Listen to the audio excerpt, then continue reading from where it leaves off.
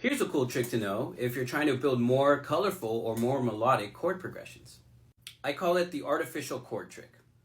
The concept is that we're going to borrow dominant chords from a different key in order to emphasize chords within a chord progression that we create. Now, the official name to this is actually secondary dominants. Secondary dominants are also known as applied dominants, artificial dominants, thus the name, the artificial chord trick, or borrowed dominant chord. Let's say that we're working in a chord progression in the key of C. I chose these chords here, C, E minor, D minor, and G, and they sound like this.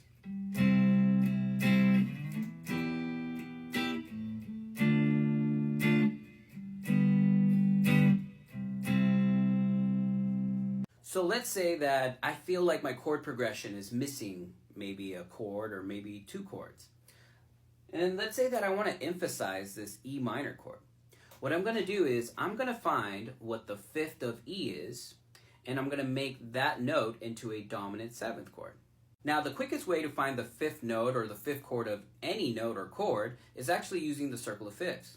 In our circle of fifths, B is actually the fifth of E. If you don't have a circle of fifths, you can actually just count up to whatever note you need. So here's our E, 1, 2, 3, 4, and 5, and there's our B. We're going to change that B into a B dominant 7 and play that B dominant 7 in between the C and the E minor chord. It's going to emphasize that E minor chord, and it sounds like this.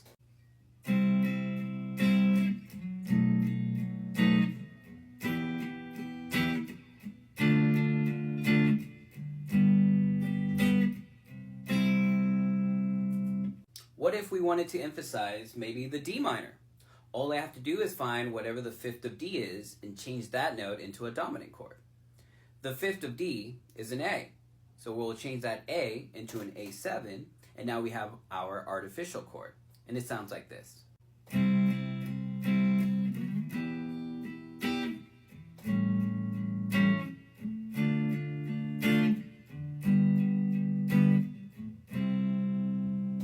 The dominant chord can resolve to either a major or a minor chord.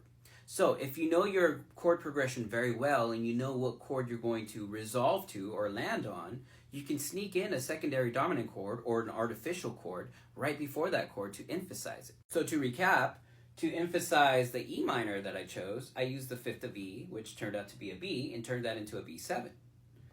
If I wanted to emphasize the D minor, well, I took the fifth of that and made it into a 7. That's an A7. If I wanted to emphasize that G, all I did was took the fifth of G, which was a D, and turned it into a dominant chord. In fact, if I want to go back to that C, all I have to do is turn this G into a G7, because G is the fifth of C. On a final note here, you can change the tonalities of the chords here to fit any style of music. So if you're a jazz musician, definitely get to know your artificial or secondary dominant chords. It'll help you sound more melodic. So here's a good example.